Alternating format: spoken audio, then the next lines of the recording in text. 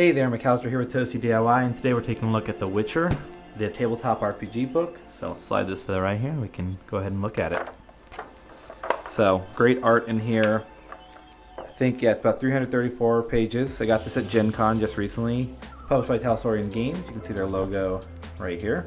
Right in here you have the appendix. Here's a basic setting info. Gives you continent maps, timings, who are the Witchers. This is more a look over the book, and I'll explain some of the things I find interesting, but it's not going to be a full, you know, you'll be able to pause this to use the book, but some parts I'll show you.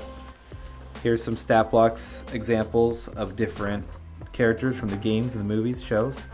I said movies, games and show.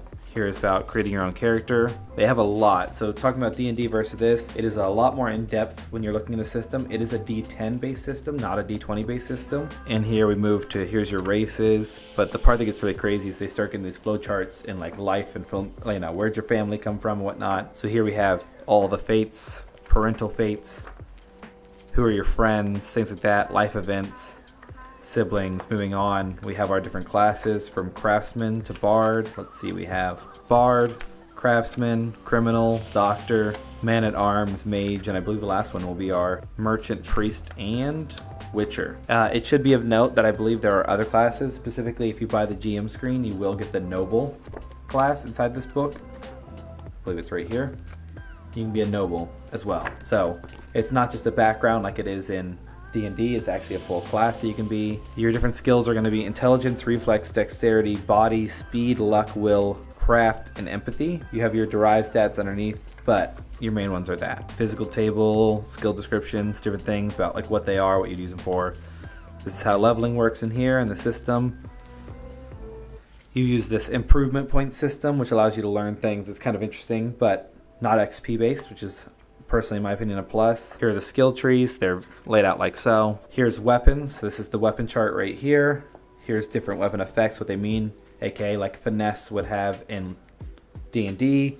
You have non-lethal, slow reload, bleeding, brawling. If you see a weapon that you don't know, like a, let's see, Vicavarian blade, and you don't know what is a Vicavarian blade, what does it look like, what's it kind of be described as? He does have descriptions of each weapon in here, so some of them are kind of obvious, like what's a longsword, pretty obvious there, but a stiletto, maybe you don't know what that is, or a poignard. Here's some elder folk descriptions of different things we have, armor sets. We're going to move on to the magic section. Here we have the magic area, pretty cool. They have it mixed elements, earth, air, fire, and water. I didn't know much about the Witcher's magic system, but they base theirs off of elements. So when you go to your intermediate spells, novice and all that, you have it set up, for instance, right here, mixed element are going to be most your, I think, generic magic spells, such as like mind manipulation, magic compass, dispel. Those are your basic spells that can't really fit into it. But then you have like earth, air, fire. Those are more like evocation spells. Like earth, we have Senley's Greg. I don't know how you pronounce that word. So like here in the earth category, we have magic healing is an earth spell, technically. Things like that. Air has air pocket. Air pocket allows you to create a pocket of fresh air underwater. Cool. You can see kind of some uses for that. Journeyman spells. Let's take one, for example, teleportation. That's a pretty good one. There's also a little appendix on blind teleporting right here. That's pretty neat. Master spells. Polymorph, you know that one. Lightning storm. Dervish, what's that?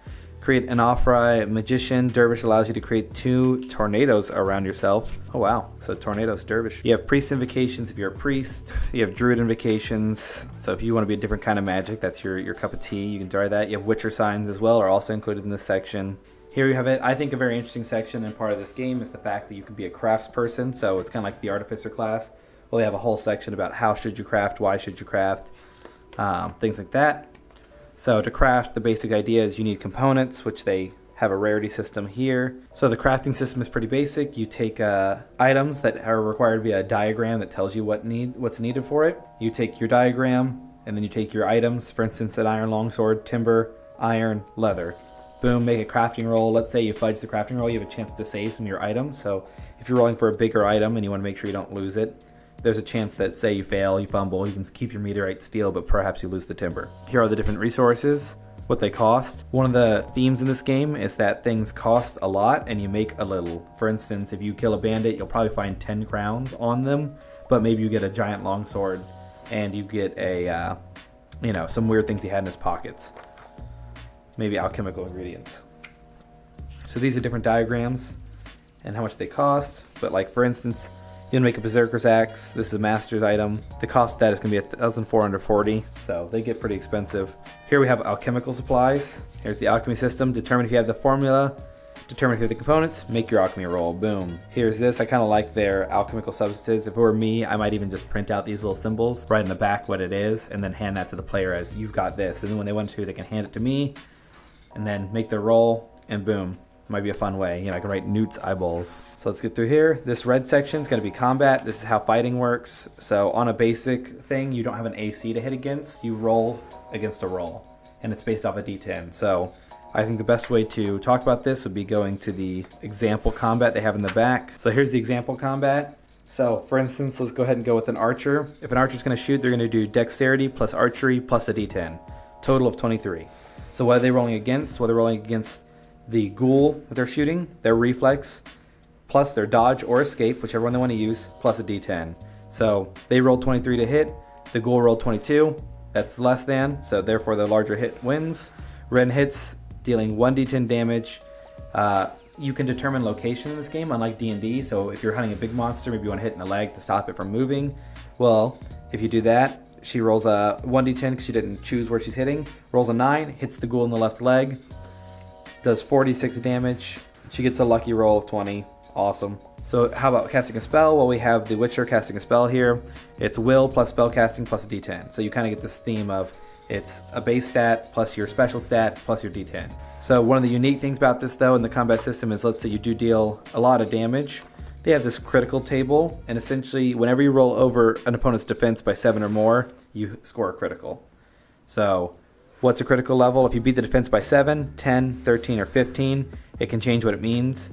You get a little bit of bonus damage, but they can range anywhere from a cracked rib all the way up to, I believe, yeah, like a separated spine or decapitated. There's even rules on how to treat or work with an affected injury. You have even things like septic shock or heart damage for the rest of your life, damaged eye. So these fights can be pretty brutal. Like you can go in being fine and leave without an arm. There's even rules for how a prosthesis would work should you need to get one. Healing over time, healing with magic. Here's critical.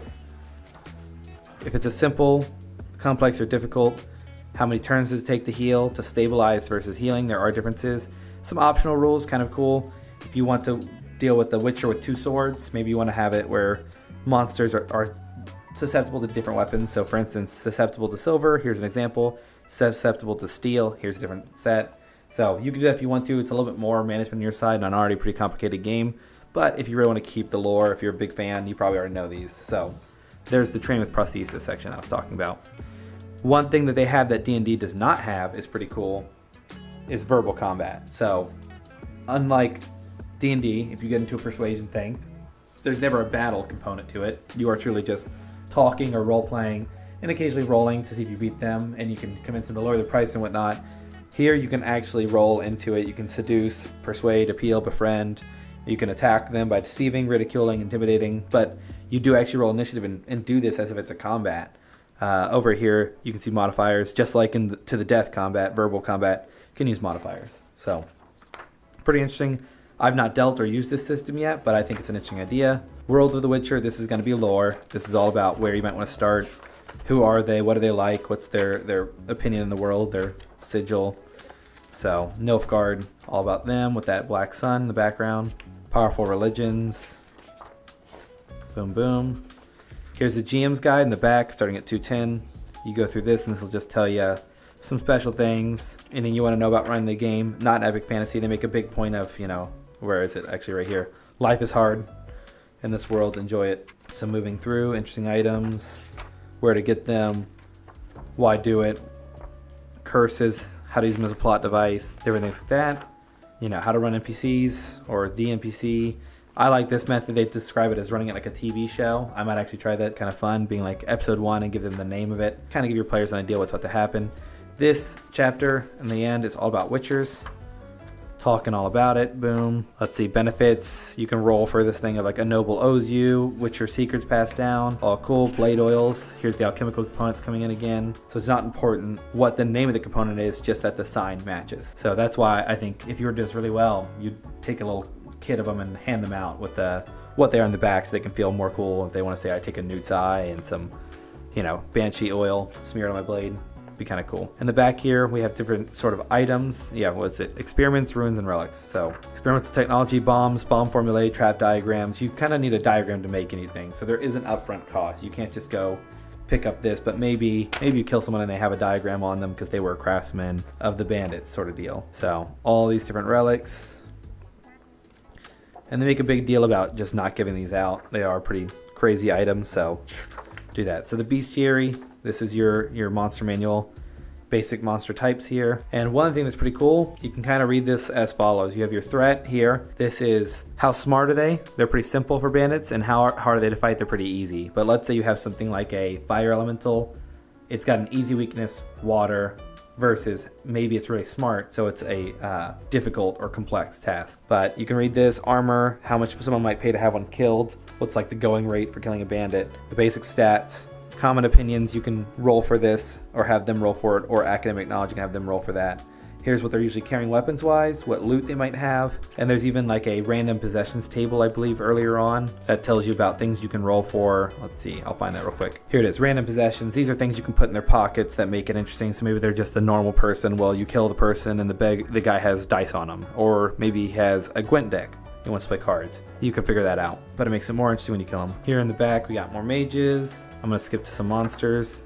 Here you have drowners, ghouls, noon wraiths, werewolves, and so on. But pretty cool. The art's pretty good. There is a monster manual book already out, and I'll show that to you all next. And then the end is a example adventure. Pretty cool. If you're gonna play this, then leave now, but I'll give you the quick TLDR on the adventure as I read through it. So it's called To All a Good Night, and it features, you have a Nilfgaardian lord who has recently taken over a town, aka he now owns this town, and he wants to keep the people afraid so they don't riot. So if they riot, according to Nilfgaard rules, you pretty much kill them all. So he has hired a rock troll and convinced him to take children in order to pacify the people and keep them scared. And your job is, you're hired without knowing this to go in and find the problem. You can either kill the monster or not, but either way, the Lord gets a little upset with you interfering, and you're going to have an encounter with him. And in the end, the hopeful resolution is the Lord has been kidnapping the children, not killing them, and you try to release them. You go against Nilfgaardians, you go against some I think it's drowner type monsters or ghoul type monsters, and you go against a rock troll possibly. But pretty cool. You have stat blocks for this Nilfgaardian general and for the Nilfgaard lord. And nice little map of the village, Ashburg, Wolf's Head Tavern. You have the Woolabugs Club, which is the rock trolls club he likes to use. Some basic maps of the different rooms, which is kind of nice difference here in D&D versus Witcher, is the towns are a lot smaller, people die a lot quicker, so you don't have giant towns that are really difficult, but every so often. And here are some basic room layouts. So if you need to draw them on the map. Back we have photocopy things for the character sheet right here. Here's some from gear. So they are pretty dense, a lot more like Pathfinder than you are looking at D&D. But if you're looking for some cool stuff, a new type of game, maybe take a look at it. But otherwise, that was your brief look at The Witcher right there.